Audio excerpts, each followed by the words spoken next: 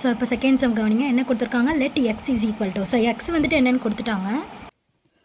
என்ன கேட்டிருக்காங்க அப்படின்னா determine whether the relation r. ஓகேவா? ஸோ ரிலேஷன் ஆர் வந்துட்டு இதுதான் ஆர். ஓகேவா? So x comma F of x அப்படிங்கிறது தான் ஆர். ஸோ இதில் வந்து என்ன சொல்லியிருக்காங்க அப்படின்னா எக்ஸுங்கிறது வந்துட்டு இந்த எக்ஸ் இருக்குது பார்த்தீங்களா? ஸோ இது வந்துட்டு இதுதான் அப்படின்னு சொல்லிட்டாங்க. ஓகேவா?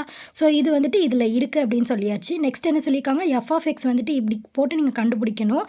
ஸோ இது வந்து ஃபங்க்ஷனாக எக்ஸ்லேருந்து எண்ணுக்கு வந்து இது ஃபங்க்ஷனாக இருக்கா இல்லையா அப்படின்னு சொல்லிட்டு கண்டுபிடிக்கணும். ஓகேவா? ஸோ முதல்ல நம்ம என்ன கண்டுபிடிக்கலாம்?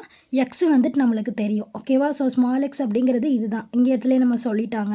ஸோ எடுத்து எஃப் ஆஃப் எக்ஸ் கண்டுபிடிக்கலாமா? ஓகேவா? ஸோ எஃப் ஆஃப் எக்ஸ் அப்படிங்கிறது என்னது? X square plus 1. ஓகேவா? இப்போ முதல்ல நம்ம என்ன பண்ணலாம்? முதல் நம்பர் எடுத்துக்கலாம் 3. ஓகேவா? ஸோ அப்போ 3 ஸ்கொயர் ப்ளஸ் 1. 3 ஸ்கொயர் எவ்வளோ? 9. So 9 plus 1 10. ஓகேவா? ஸோ நெக்ஸ்ட்டு வந்துட்டு f of 4. 4 square plus 1. 4 square பண்ணோம் அப்படின்னு நம்மளுக்கு என்ன கிடைக்கும்? 16. ஸோ 16 ப்ளஸ் 1 எவ்வளோ? 17.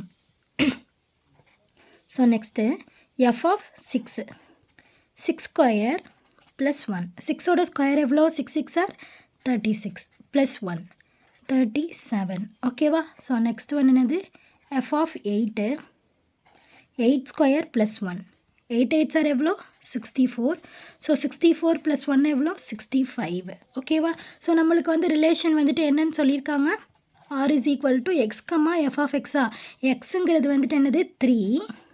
So 3 comma 10. இதுக்கு தானே இது கண்டுபிடிச்சிருக்கோம். ஸோ அடுத்தது 4 கம்மா ஸோ இதுக்கு வந்துட்டு என்னது? 17. அடுத்தது என்ன இருக்குது? 6. ஸோ 6க்கு வந்து என்ன நம்பர்? 37. 8 கம்மா 65. ஓகேவா? ஸோ இதான் வந்துட்டு என்னது? ஆர்னு கொடுத்துருக்க ஃபங்க்ஷன். ஓகேவா? ஸோ இது வந்து ஃபங்க்ஷனா எக்ஸ்லேருந்து எண்ணுக்கு அப்படின்னு சொல்லிட்டு கேட்டிருக்காங்க. ஓகேவா? ஸோ இப்போ இதுலேருந்து இதுக்கு நம்பர் நம்மளுக்கு பேர் ஆகுதா? பேர் ஆகுது. ஸோ பேர் ஆகுது அப்படின்னா என்னென்னு அர்த்தம்? இது வந்துட்டு ஃபங்க்ஷன். ஓகேவா? ஸோ கீழே எழுதிக்கோங்க. therefore it is a function.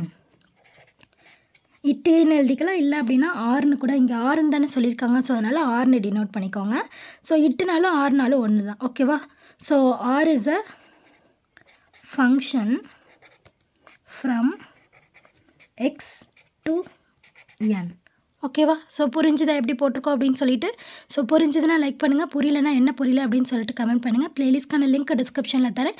Playlist check பண்ணிங்க அப்படின்னா இதே மாதிரி நிறைய சம்ஸ் பார்த்து தெரிஞ்சுக்கலாம். தேங்க்யூ.